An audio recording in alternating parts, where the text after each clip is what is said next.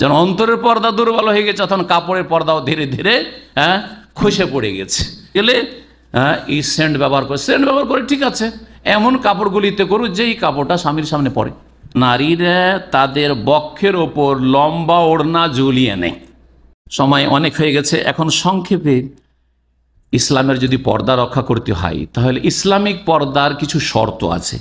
8টি শর্ত আপনাদেরকে শোনাবো, যাতে করে 8টা শর্ত সামনে রেখে আপনার স্ত্রীর বোরখার ব্যবস্থা করবেন বা হিজাব পর্দার ব্যবস্থা করবেন। প্রথম শর্ত হচ্ছে সাতর জামি বাদানিল মারা, নারীর গোটা শরীর মাথা থেকে পা পর্যন্ত ঢাকতে হবে। এটা হচ্ছে সঠিক মত। চেহারাও ঢাকতে হবে, যথাসাধ্য হাতও ঢাকতে হবে, যদি হাত খোলার প্রয়োজন না হয় তাহলে কাজকর্মের ক্ষেত্রে, আর পাও ঢাকতে হবে। বিশেষ করে চেহারা ঢাকতে হবে, কারণ চেহারাতে আসল কি রয়েছে?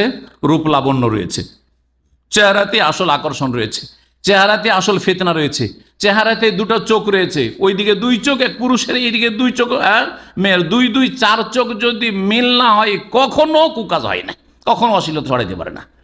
আর এতেই লজ্জা মানুষের চেহারাতে লাগে, আর কিছুতে লজ্জা লাগে না। লজ্জা কোথায় আছে? লজ্জা এই জায়গাটুকুতে আছে।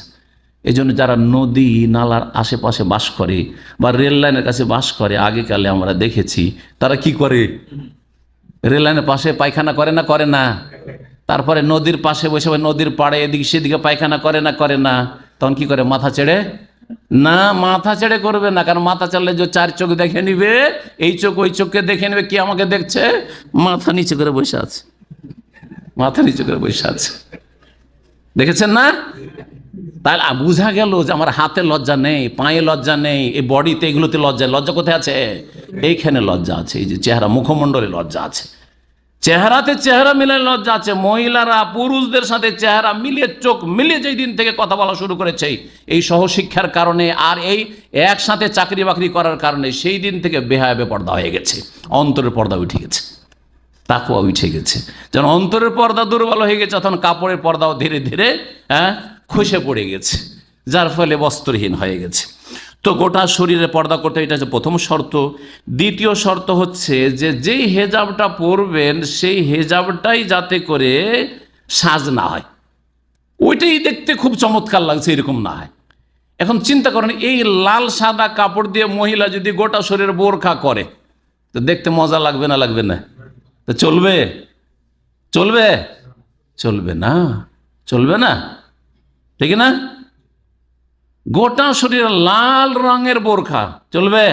ও দেখতেই মজা লাগবে, ওইদিকেই তাকাইতে থাকবে, ঠিক না? চলবে না। তাহলে সবুজ রঙের বোরখা, আকর্ষণ আছে সবুজ রঙে, কারণ সবুজ গাছপাতা দেখতে কত মজা লাগে। এ মরুভূমিতে তো বিরক্ত হয়ে গেলাম, মরুভূমি দেখতে আর বালি দেখতে, তাই না? কিন্তু দেশে গেলে চোখটা ঠান্ডা হয়ে যায় সবুজ দেখে। তাহলে সবুজ কাপড় দিয়েও তাহলে বোরখা করা যাবে না, এমন কাপড় হইতে হবে যেই কাপড়ে আকর্ষণ নেই। আচ্ছা, কালো কাপড়ই হইল, কিন্তু আজকাল বড় ফিতনা, কালো কাপড়ের উপর এত এমব্রয়ডারি করা হয়েছে, এত কাড়াইয়ের কাজ, নকশার কাজ করা হয়েছে যে দেখতেই মজা লাগছে। ও মহিলা এত ভালো নয়, হয়তো মহিলা ভিতরে হয়তো কালো, হয়তো বুড়িয়ে গেছে, দেখতে ভালো লাগবে না, কিন্তু ওর সাজ এত সুন্দর আর এত টাইট করে তৈরি করেছে, ও বাইরে থেকে দেখতে বেশি মজা লাগছে। তাহলে হেজাব হইল না? হেজাব হইল না। তাহলে তো যেই হেজাবটা পরবে সেটাই যেন জিনত না হয়। তৃতীয় শর্ত হচ্ছে যেই হেজাবের কাপড়টা হবে সেটা যেন মোটা কাপড় হয়, পাতলা কাপড় না হয়। এত পাতলা কাপড় না হয় যে দেখা যাচ্ছে।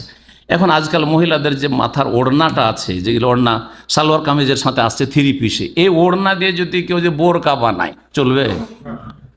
শাড়ির, বাংলাদেশে যেসব শাড়ির কাপড় বা ইন্ডিয়াতে শাড়ির কাপড় দিয়ে কেউ যদি কি বানায়, বোরখা বানায়, তো চলবে না? জায়েজ। তাহলে যাবো, যতই ঢিলা হোক না কেন চলবে না, কারণ ভিতরে দেখা যাবে।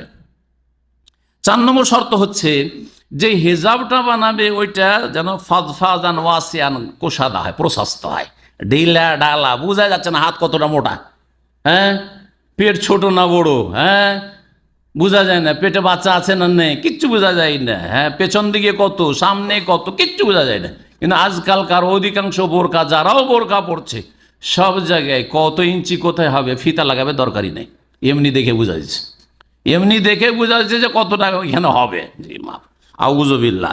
সুতরাং এইরকম চলবে না, সংকীর্ণ না হয়, টাইট ফিট না হয়। জি। 5 নম্বর শর্ত হচ্ছে যে মহিলাদের পোশাকে যেন সেন্ট ছিটানো না থাকে, সেন্টেড করা না থাকে। মহিলার বোরখাই পরেছে একেবারে ঢিলা ঢালা, কিন্তু এত আতর সেন্ট লাগিয়েছে 5 দিয়ে পুরুষকে, কত দামি যে, কত দামি যে আতর। তাহলে জানিয়া নবী সাল্লাল্লাহু আলাইহি ওয়াসাল্লাম বলছেন এই মহিলা হচ্ছে কাজা ফাহিয়া কাজা ও কাজা জানিয়া, সে জেনাকারিনী, অসতী সে মহিলা, ব্যভিচারকারিনী মহিলা। নবী করিম সাল্লাল্লাহু আলাইহি ওয়াসাল্লাম বলেছেন জান্নাত পাবে না, কারণ তোমার গায়ের সুগন্ধি আতর একটা বেগানা পুরুষ পেয়ে গেল, ফিতনার কারণ হবে। এইটাই ফিতনার কারণ, এত দামি আতর পড়তে পারে, সুতরাং এই মহিলাকে আমি দেখব, এই মহিলাকে আমি বিয়ে করবো, অত এই মহিলাকে আমি হরণ করব। অসৎ চরিত্রের লোকেরা তাই করবে। সুতরাং সাবধান, মহিলারা বাইরে গেলে এই সেন্ট ব্যবহার করে, সেন্ট ব্যবহার করে ঠিক আছে, এমন কাপড়গুলিতে করুক যেই কাপড়টা স্বামীর সামনে পড়ে, অথবা ছেলে মেয়েদের সামনে বাড়ির ভিতরেই পড়ে, অসুবিধা নেই। দামি দামি আতর সেন্ট ব্যবহার করুক, কিন্তু বাড়ির ভিতরে যেই কাপড় ব্যবহার করছে সেটাতে ব্যবহার করবে। 6 নম্বর শর্ত হচ্ছে যে মুসলিম রমণীর হেজাবের কাপড় বা ভিতরের কাপড়, সালোয়ার কামিজই হোক আর ওপরে ম্যাক্সি হোক অথবা বোরখাই হোক, সেটা যেন কাফেরদের পোশাকের সদৃশ্য না হয়, কাফেরদের পোশাকের সদৃশ্য না হয়। এখন বোরখা যদি মুসলিম মহিলা পরে, খ্রিস্টানদের নানদের মতো তাদের সাদা হোয়াইট কাপড় থাকে না, তো চলবে না, জায়েজ নয়। সাদা কাপড় দিয়ে বোরখার মতো করে, মিশরি কিছু মহিলা দেখে সাদা কাপড় দিয়ে বোরখার মতো করে আছে, না জায়েজ না। সাদা কাপড় পুরুষদের কাপড়, আর এটা চলবে না এইভাবে কাপড়। নারীদের, কাফের নারীদের যদি কোনো কাপড় চোপড় হয়, সেই কাপড় মুসলিম নারীদের জন্য জায়েজ নয়। 7 নম্বর শর্ত হচ্ছে যে নারীদের হেজাবের কাপড় বা ভিতরের কাপড়গুলি পুরুষদের কাপড়ের সদৃশ্য না হয়। পুরুষরা কি পরে? প্যান্ট পরে আর গেঞ্জি পরে, টি শার্ট পরে। মহিলাও আজকাল জিন্স প্যান্ট শুরু করেছে আর টি শার্ট, এটা জায়েজ। এই শর্তে এটা ক্যান্সেল হয়ে যাচ্ছে, জায়েজ নাই। কারণ পুরুষও টি শার্ট আর জিন্স প্যান্ট পরছে আর এক শ্রেণীর মহিলারাও পরছে, সুতরাং এই পোশাক মহিলাদের জন্য জায়েজ নয়। ভালো করে শুনে রাখি, এটা পুরুষদের সাদৃশ্যতা। এইরকমই পাঞ্জাবি, ইন্দোনেশি মহিলাদেরকে দেখা যায় যে পুরুষদের যেমন ওই এত দূর পর্যন্ত একটা কি বলছে, যেটাকে বাংলাদেশে ফতুয়া বলছেন না, ফতুয়া টাইপের পাঞ্জাবি, আর ওই রকমই হচ্ছে মহিলাদের। একই যদি হয় আর রঙও প্রায় ওই রকমই, পেছন থেকে বোঝা যায় না, যদি চুল না থাকে তো বোঝাই যাবে না, তাহলে এটা পুরুষদের পোশাক না, সুতরাং মহিলাদের জন্য জায়েজ নাই, মহিলাদের জন্য জায়েজ নাই। এইরকমই শালের ক্ষেত্রে বড় বড় শাল ধারণ পুরুষরা ব্যবহার করছেন, ওইটাই মহিলা, বোঝা যাচ্ছে না মহিলা না পুরুষ, আর ওইটা দিয়ে হেজাব করছেন, তো জায়েজ নাই। স্বামীর শাল নিয়ে হেজাব পর্দা করছে মহিলা, তাহলে তো পুরুষের পোশাক হয়ে গেল এটা। এই সব জিনিস থেকে বেঁচে থাকতে হবে। 8 নম্বর শর্ত হচ্ছে এমন পোশাক পরবে না যেটাতে শোহরাত রয়েছে, অর্থাৎ খ্যাতি রয়েছে। খ্যাতি কেমন? মানুষ দেখলে হই হই করে ছুটে আসবে, আজব লেগেছে, আরে দেখতে হয় রে নতুন জিনিস। বাংলাদেশে যদি আফ্রিকান কাপড় পরেন জায়েজ।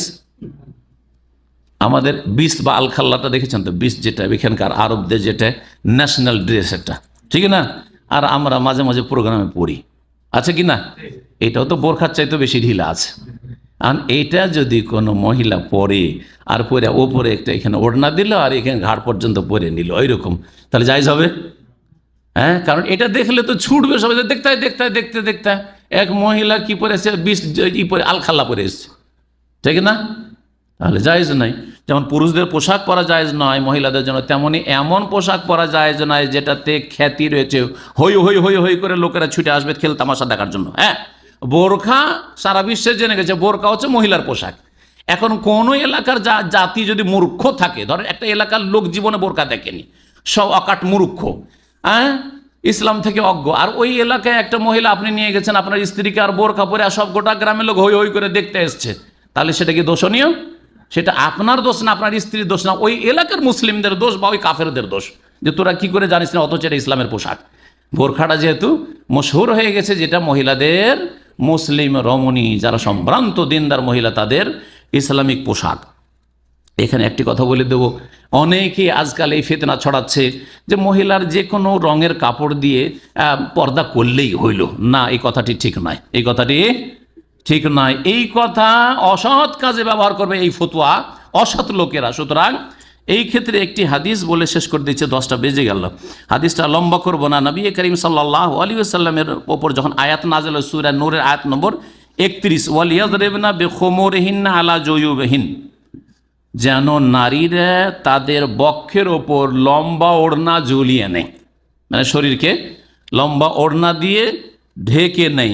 বলছেন যে তখন সাহাবী পুরুষরা বাড়িতে নিজ নিজের বাড়িতে ফানকালাবা রিজালুহুন্না ইলাইহিনা ইয়াতলুনা মা আনজালাল্লাহু ইলাইহিন্না ফিহা, এই যে আয়াত নাযিল হইল নবী সাল্লাল্লাহু আলাইহি ওয়াসাল্লামের কাছ থেকে নিয়ে বাড়িতে বাড়িতে গিয়ে স্ত্রীদেরকে তালিম দেওয়া শুরু করলো। ওয়ায়াতুলুর রাজুল আলা ইমরাতিহি ওয়া ইবনাতিহি ওয়া উখতিহি, নিজের স্ত্রীকে, নিজের মেয়েকে, নিজের বোনকে শিখাতে লাগলো যে দেখো আল্লাহর আয়াত নাযিল হচ্ছে, এইভাবে হেজাব করতে, পর্দা করতে হবে। ওয়া আলা কুল্লি জি কারাবাতের আত্মীয় যত মহিলা তাদেরকে শিখাতে লাগলো। ফামা মিনহুন্না ইমরাতুন ইল্লা কামাত ইলা মিরতিহাল মুরাহাল, যত মহিলারা ছিল মদিনার আনসারী আর মুহাজিরাত, তারা সকলেই নিজের লম্বা যে কাপড় ছিল, যাতে উটের পিঠের ওপর যে হাওদা থাকে একটা বলা হয় যেটাতে বসে, এই হাওদার নকশা করা এক কাপড় সেই যুগে ব্যবহৃত হইতো, সেই কাপড়টা নিয়ে ফাতাজারাত বেহি, সেটা দিয়ে মাথা এবং চেহারা ঢেকে, এই তাজারাত বেহি মানে সাতারাত বেহি রাসাহা ওয়াজহাত, তারা নিজের মাথা এবং চেহারা ঢেকে ফেললো এই আয়াতের ওপর আমল করে। ফাসবাহানা ওয়ারা রাসূলুল্লাহ সাল্লাল্লাহু আলাইহি ওয়াসাল্লাম মুতাজারা, তারপরে রাসূলুল্লাহ সাল্লাল্লাহু আলাইহি ওয়াসাল্লামের পেছনে মসজিদে নবীতে নামাজ পড়তে আসতো তারা এই মাথা এবং চেহারা ঢেকে। কেমন কাপড় দিয়ে, এই শব্দটা শুধু শোনাবো যাতে করে বোঝা যায় যে কালো রঙের মহিলাদের হেজাব, বোরকা, এটি হচ্ছে সাহাবায়ে কেরামদের সুন্নাত। কান্না আলা রুউসিহিন্নাল গিরবান, এমন লাগছিল ওইসব মহিলাদেরকে দেখে যে যেন মনে হচ্ছে যে তাদের মাথার উপর কালো কাক বসে আছে। তাদের মাথার উপর কি বসে আছে? গিরবান, গোরাবের বহু বচন, গোরাব মানে কাক, কাকের রং চুকচুকে কালো। মনে হচ্ছিল যে তাদের মাথাটা কি, মাথায় কাক বসে, আলা রুউসিহিন্নাল গিরবান, কাক বসে আছে, মানে কালো কাপড় দিয়ে তাহলে তাদের মাথা ঢাকা ছিল আর চেহারা ঢাকা ছিল। সুতরাং ভালো করে শুনে রাখেন, নারীদের সঠিক পর্দা হচ্ছে কালো কাপড় এই মাথায় এবং মুখমণ্ডলে আর শরীরে, যাতে করে তাতে আকর্ষণ না থাকে। কালো কাপড় একমাত্র কাপড় যাতে সবচেয়ে কম আকর্ষণ রয়েছে। সাদা তো আকর্ষণ নেই, কিন্তু সাদা পুরুষের যেহেতু, সেজন্য সাদা দিয়ে হেজাব বোরকা করা চলবে না।